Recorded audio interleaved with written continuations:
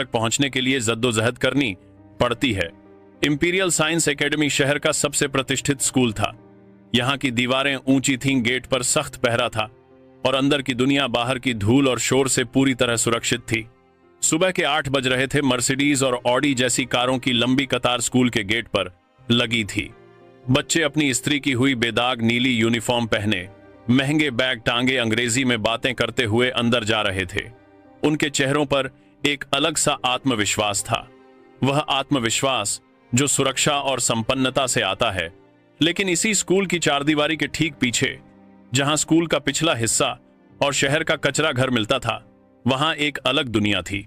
वहां 14 साल का आर्यन खड़ा था। आर्यन के शरीर पर एक मैली सी टी शर्ट थी जो शायद किसी अमीर बच्चे ने रंग फीका पड़ने पर फेंक दी होगी। उसके कंधे पर प्लास्टिक का एक भारी बोरा था। उसके पैर नंगे थे और एड़ियों में दरारें थीं। लेकिन अगर आप उसकी आंखों में देखते तो आप उसकी गरीबी भूल जाते। उसकी आंखें सामान्य नहीं थीं, वे स्थिर थीं, गहरी थीं और उनमें एक निरंतर चलने वाली गणना दिखाई देती थी।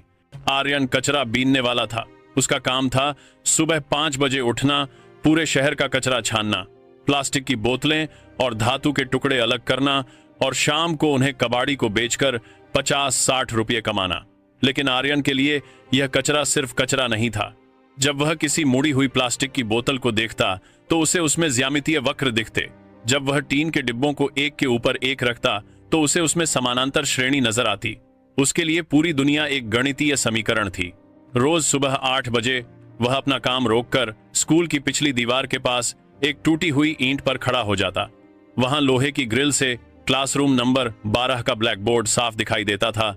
यह उसकी अपनी गुप्त कक्षा थी, बिना फीस, बिना यूनिफॉर्म और बिना पहचान की कक्षा।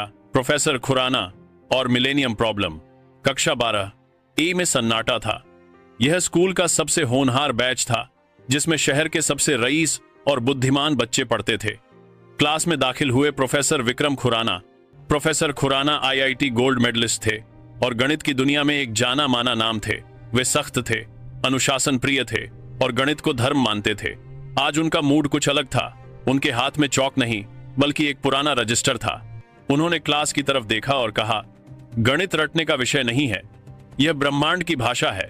आज मैं तुम्हें वह दिखाने जा रहा हूं जो तुम्हारी किताबों में नहीं है। उन्होंने ब्लैक बोर्ड पर लिखना शुरू किया। यह कोई साधारण सवाल नहीं था। यह नेवियर स्टोक्स समीकरण का एक जटिल रूप था जो द्रव गति विज्ञान से जुड़ा था। यह दुनिया की 7 सबसे कठिन मिलेनियम प्राइज प्रॉब्लम्स में से एक से प्रेरित था। समीकरण शुरू होकर पूरे बोर्ड पर फैल गया। लिखने के बाद प्रोफेसर खुराना